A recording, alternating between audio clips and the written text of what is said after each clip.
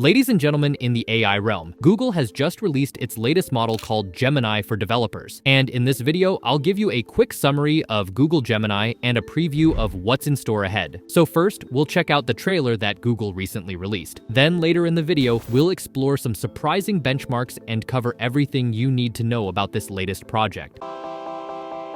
If I were to look at the foundational breakthroughs in AI over the past decade, Google has been at the forefront of many of those breakthroughs. Gemini is our largest and most capable model. It means that Gemini can understand the world around us in the way that we do. So not just text, but also code, audio, image, and video. Taylor used Gemini to search a large corpus of scientific papers for key information. We wrote a prompt. With its advanced reasoning capabilities, Gemini was able to distinguish between papers that were relevant to the study and those that weren't. I'm delighted to introduce AlphaCode 2, powered by Gemini. When we evaluate AlphaCode 2 on the same platform as the original AlphaCode, we solve almost twice as many problems. Gemini on its own has the ability to transform software development as we understand it.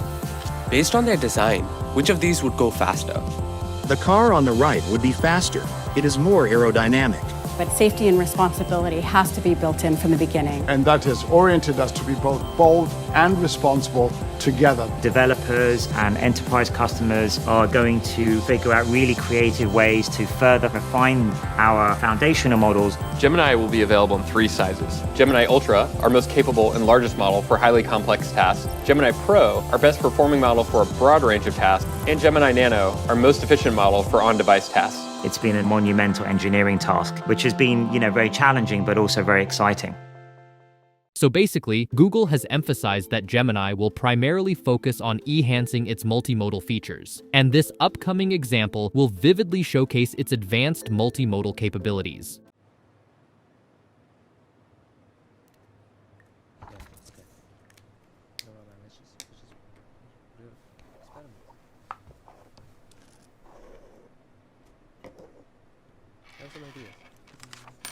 Let's start. All right, testing Gemini. Here we go. Tell me what you see. I see you placing a piece of paper on the table. I see a squiggly line. What about now? The contour lines are smooth and flowing, with no sharp angles or jagged edges. It looks like a bird to me. What if I add this? The bird is swimming in the water. It has a long neck and beak. It is a duck. Yes. A duck is a type of waterfowl in the family Anatidae. Ducks are closely related to geese and swans. The duck appears to be blue. This is not a common color for ducks. However, there are some breeds of blue ducks. These are typically not as common as other duck breeds. It is more common for ducks to be brown, black, or white. Are you sure? What the quack? I was just talking about a blue duck, and now you're holding one. It looks like blue ducks are more common than I thought. Would this float? I'm not sure what material it's made of, but it looks like it might be rubber or plastic. What if I tell you it's making a squeaking sound? Oh, if it's squeaking, it's definitely going to float. Nice. It is a rubber duck. It is made of a material that is less dense than water. Can you teach me how to say this in a different language? And give me a few options. Ooh, can you explain how to pronounce the Mandarin one? Is it Yazi? Yazi is pronounced with a first tone. In Mandarin, there are 4 tones, which are essential to distinguish the meaning of words. The first tone is a high, level tone. Oh, okay. The duck is in the middle of the ocean. There is no land nearby for the duck to rest or find food. It is unlikely to find ducks here naturally. Okay, based on what you see, come up with a game idea. Oh, and use emojis, please. How about this? We can play a game called Guess the Country. Sure, let's do it. Clue 1. This country is the home of the kangaroo, the koala, and the Great Barrier Reef. Oh, that's easy. Clue 2. This country loves football and has won the most men's World Cups in football history. You are trying to get me to find the paper ball under the cup. I accept the challenge. The cup to the left. Nice. I know what you're doing. You're playing rock, paper, scissors. What do you see now? The fingers are spread out to look like the wings of a butterfly. What's this? Big ear and barking mouth, a dog. Sweet. The coin should be under the right hand. I don't know. The coin is in the left hand using a sleight of hand technique to make it appear as if the coin has disappeared. Both objects are round and flat. There you go. Both are food. The orange is a healthier choice than the cookie. Citrus can be calming, and so can the spin of the fidget toy. They are both examples of popular toys that have been enjoyed by children and adults alike for many years. Give me some ideas for what I could make with this. I see pink and green yarn. How about a dragon fruit? Or how about a green cake with a pink heart? Okay, how about these colors? And maybe show me some animals. Okay, now I see blue and pink yarn. How about a pig with blue ears? Or an octopus? Or a bunny with a pink nose? Ooh, I'll keep those in mind. Which way should the duck go? Going left leads to a duck, which is a friend. Going right leads to a bear, which is a foe. It is better to make friends than foes, so the duck should go left. Smart choice. This is a picture of a crab. That's right. Is this the right order? No, the correct order is Sun, Earth, Saturn. Based on their design, which of these would go faster? The car on the right would be faster. It is more aerodynamic. Which looks more fun? The one on the right, because it has a loop. What do you think this person might be saying? How about a woohoo? Ooh, I love that.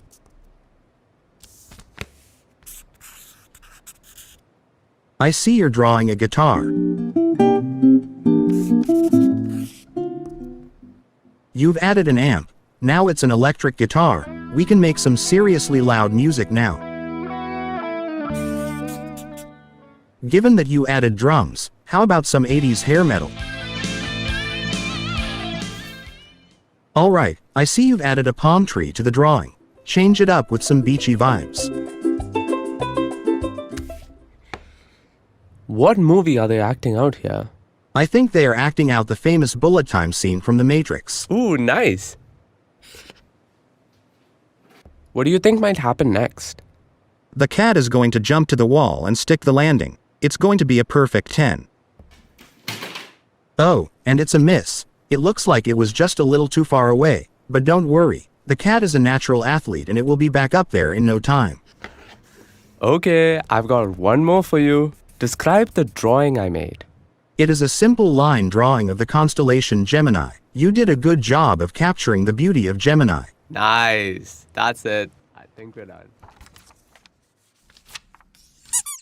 Now let me begin by diving into the crucial aspect of Gemini, which are the benchmarks. Check out these benchmarks in comparison to GPT-4, showcasing just how Gemini is the next level in large language models. And as you can see, GPT-4 has been surpassed in nearly everything by Gemini Ultra. We can see that in the general capabilities, the MMLU, Gemini Ultra received 90% and GPT-4 received an 86.4%. If we scroll down to the reasoning tab, we notice that Gemini Ultra outperformed in the big bench hard on the drop, showcasing slightly better results in this category. The only category it fell short was the Hella Swag, where it achieved an 8%, which is of course still very respectable. Now, if we do look at the math benchmarks and the code benchmarks, we can see that on the GSM-8K, Gemini Ultra received a 94.4% compared to GPT-4's 92%. And on the math tasks, which include challenging problems including algebra, geometry, pre-calculus, and others, it achieved a 53.2% compared to GPT-4's 52.9%. Moving on, the coding with a human evil, it achieved a 74.4% compared to GPT-4's 67%. And finally, on the natural 2 code, it achieved a 74.9% compared to GPT-4's 73.9%. Overall, Gemini Ultra outperforms GPT-4 in 7 out of 8 categories, establishing itself as the top large language model in the AI space. So next, let's delve into the multimodal benchmarks, comparing Gemini and GPT-4 GPT-4 in this aspect. And what's incredible is that Gemini Ultra showcased its remarkable capabilities by surpassing GPT-4 in every single benchmark on this page. And as you can see that across all of the image benchmarks, Gemini achieved 59%,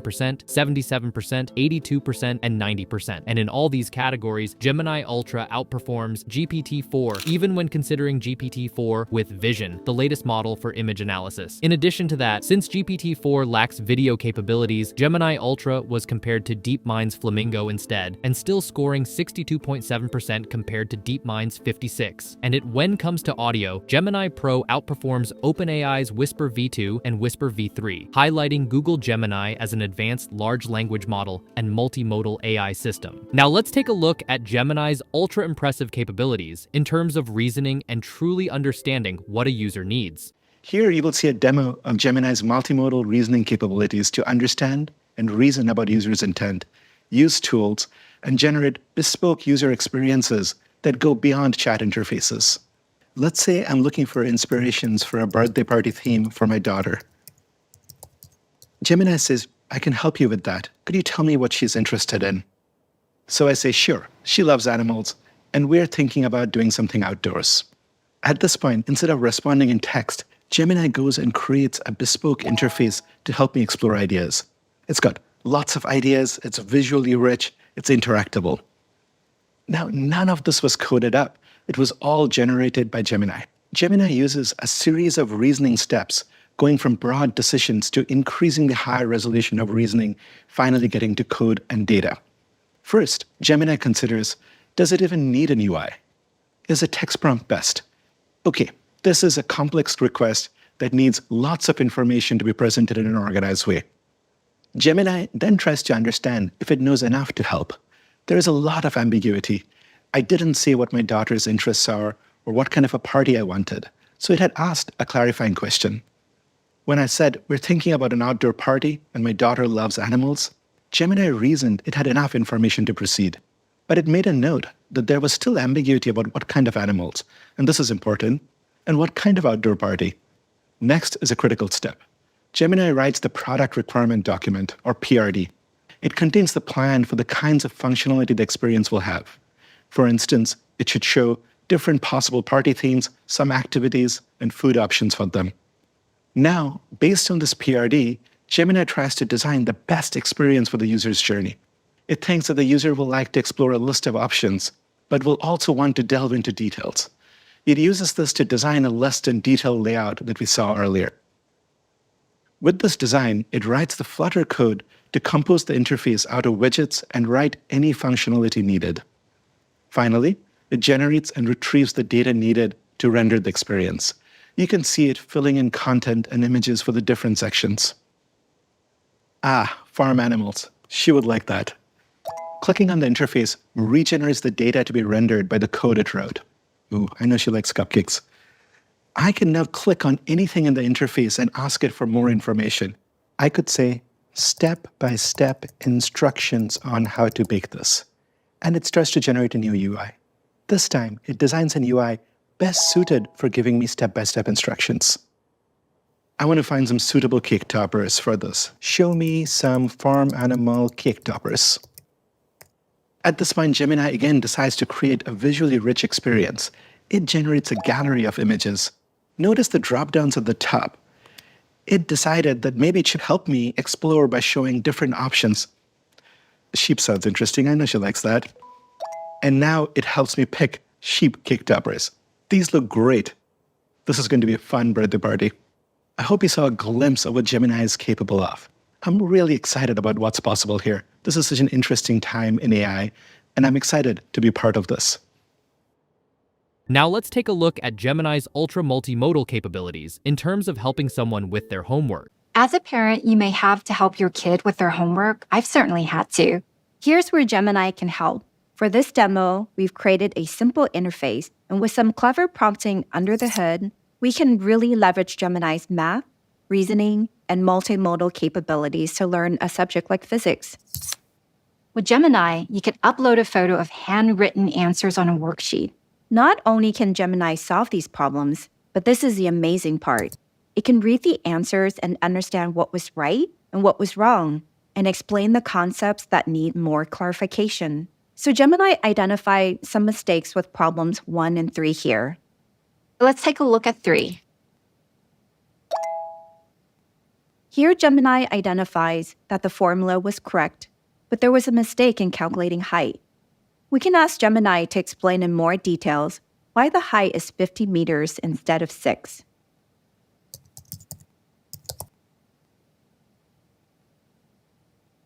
I can ask Gemini to explain further.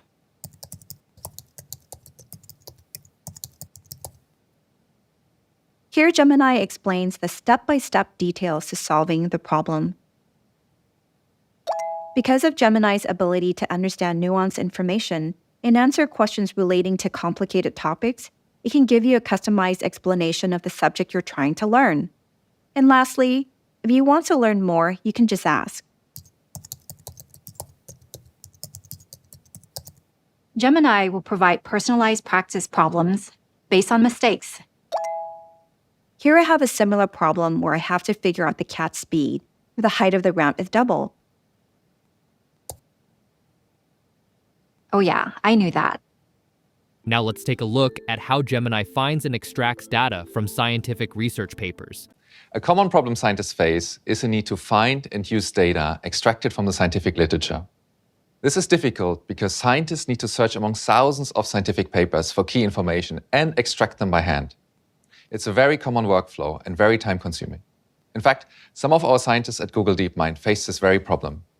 They use Gemini to help with it because Gemini has an incredible understanding of science. Taylor will explain more. So we were looking at this study from 2022. The authors had created a data set by reviewing tens of thousands of scientific papers in genetics. They found a few hundred papers that contained the relevant information, extracted it by hand, and collected it in a table. Studies like this can take a lot of time. We needed to update this data set with what's new over the last couple of years. But that's over 200,000 new open access papers added to this domain since 2021. We couldn't do this manually, so we asked Gemini to help us out. First, we needed to filter for relevant scientific papers. We wrote a prompt, just like this one, telling Gemini exactly what to look for. With its advanced reasoning capabilities, Gemini was able to distinguish between papers that were relevant to the study and those that weren't. For the relevant papers, we wrote a similar prompt, asking Gemini to read the paper and extract the key data for us. We could even ask Gemini to add annotations. This showed us exactly where in the paper Gemini found the information. We ran this at scale. And over a lunch break, Gemini read 200,000 papers for us, filtered it down to 250, and extracted their data. So now we have a refreshed version of this data set. But because Gemini is multimodal, not only can it reason about information from text, it can also reason about figures. So let me show you something really neat. With our refreshed data set, we can now ask Gemini to update a graph from the original study. We first gave Gemini a screenshot of this figure. Then we asked it to generate the code required to plot it. And by feeding this code our new data set, we get our updated figure. You can see that this figure now includes data up until 2023. So Taylor used Gemini to search a large corpus of literature for relevant papers and extract key information from these papers, as well as update figures. Of course, these capabilities can help more than just biologists or even scientists. They extend naturally to any domain that is reliant on large datasets, such as law or finance. So that's what Gemini can make possible, and we are excited to see what you will create with Gemini. Now let's dive into the technical report of Gemini, taking a closer look at how this model works and what it can do. So try to picture this. A user snaps photos with his phone and has a chat with Gemini using his voice. Gemini, in turn, responds with personalized information. For instance, imagine someone wanting to whip up a tasty omelet and sharing a snapshot of it with Gemini. You can see that the model responds, crack the eggs into a bowl and whisk them. Then, of course, the person goes and says, "Thank you for the instructions. I started making my omelet. Does it look ready now? It looks like it's almost ready. You can flip it over." And then the person asks, "Why is it not ready?" And then it responds, "It's not ready because the eggs are still runny." And then the person says, "What about now?" It looks ready now. You can take it off the heat and serve it. So this a glimpse of how AI is getting into our daily lives, making tasks way easier with its cool capabilities. It goes beyond just the fancy tech stuff. Imagine an assistant that's not just good with words, but can also understand images. Now that's what makes using it a really cool experience for the user. So now what I'm trying to figure out is the context length for Gemini. Here you can see that it tells us that it's set at 32 context length, meaning Gemini can handle pretty long pieces of information, specifically up to 32,768 tokens. And this helps the model use context more efficiently. They even tested its effectiveness with a synthetic retrieval test. So here, they put key value pairs at the start of a long text and tested if the model could accurately recall the value when given the key, even with lots of other text in between. Remarkably, the model showed 98% accuracy in retrieving the correct value across the entire 32,000 token length. As the position in the sequence increases, the NLL decreases, indicating the model's effective use of context information throughout the full length, making it a big leap from models limited to shorter texts. So right here, we delve into reasoning and code generation, and interestingly, it bears a striking resemblance to what we observed in GPT-4 earlier. And this is quite interesting. We have something that says, create a web app called Opossum Search. And then, essentially, we were given 5 instructions. Every time you make the search query, it should redirect you to a Google search with the same query, but the word opossum before it. It should be visually similar to Google search, but instead of the Google logo, it should have a picture of for the opossum for the internet. And it should be a single HTML file, no separate JS or CSS files. It should say, powered by Google search in the footer. Moving on to the next slide, we encounter precisely what we anticipated. And it's crucial to note that this functionality is fueled by the robust AlphaCode 2, integrating search and planning capabilities. Additionally, we explore the realm of multimodal question answering. It says, do you know what this plant is? How do I best take care of it? And of course, we can see that it gives us a detailed answer on exactly what this plant is and how best to take care of this. Now, this feature is particularly impressive as it can accurately identify different plants and provide detailed information. With access to vast knowledge about millions of plants, this model holds great potential for a wide range of applications. And next up, we have interleaved images and text generation. So it says, please create a blog post about a trip to New York where a dog and his owner had lots of fun. Include a few pictures of the dog happily posing at different landmarks. So this just showcases the model's ability to generate images and create a blog post closely aligned with the text, maintaining consistency with the depicted dog across multiple images. The multimodal capability displayed here represents a significant advancement, surpassing what was achievable with previous language models like GPT-4. This level of consistency was not possible in GPT-4, marking a notable improvement. Then, of course, we have in information seeking about object. Here, the model demonstrates its problem-solving skills by employing multimodal inputs. It identifies objects in images and recognizes a shared feature linking the two objects. Then, of course, we do have chart understanding and reasoning over data. And this is actually something that Google was really good at. I did test Bard yesterday, and when I did test it, it actually did really well at retrieving data from charts and then interpreting it into that. So it actually says, spot a data point that stands out in the charts and what that implicates. Then produce a detailed markdown table for all the data shown. Then, of course, here we can see the specific data in the table, highlighting the standout data point as the United States landfill plastic waste at 73%. This showcases its highly advanced capabilities in multimodal chart understanding. And next up here, we do have one of my favorite capabilities, and this is, of course, video understanding. We can see that the user put in this question, how could this person improve their technique? Then, of course, we have Gemini saying that this soccer player needs to work on their ball striking mechanics. Their foot is not making good contact with the ball, which is causing the ball to fly up and away from the goal. They also need to work on their body positioning, and they should be leaning into the shot with their non-kicking leg in front of their kicking leg, and they should be following through with their kicking leg. Gemini is fully multimodal, and the results it produced from the input in this video were impressive. If you've played soccer or football in the UK, you'll recognize that what they're saying is accurate, and the technique the person in the video is using is not accurate at all. And this just makes more excited to start using Gemini and see just how good those video capabilities are. Now moving, I think it's just appropriate for us to know what's next for Google Gemini and what's in store ahead, because apparently this is just the beginning.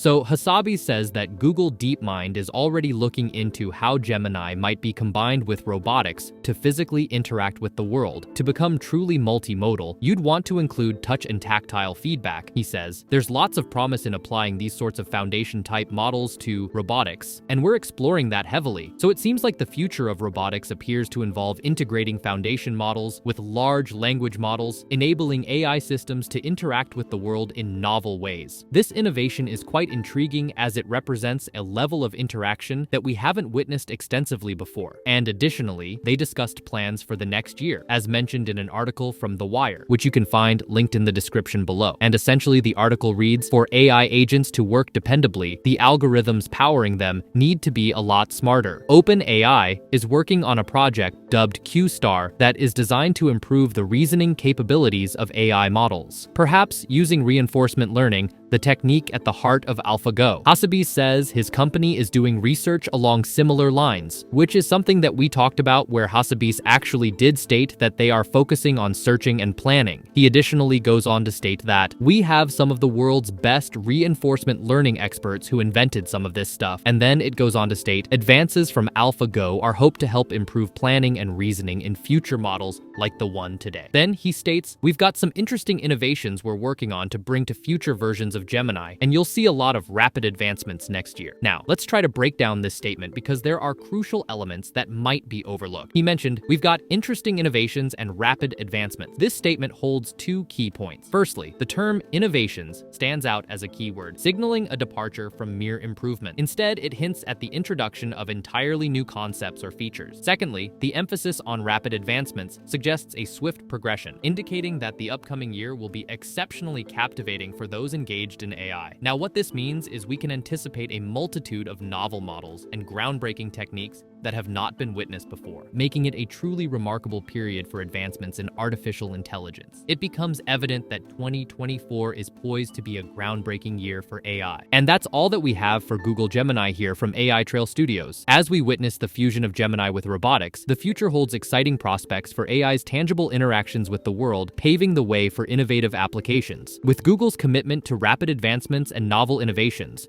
2024 promises to be a transformative year, heralding a new era in artificial intelligence that will undoubtedly reshape how we perceive and engage with technology. Please like and subscribe if you liked this video. Thanks for being here, and I'll see you next time.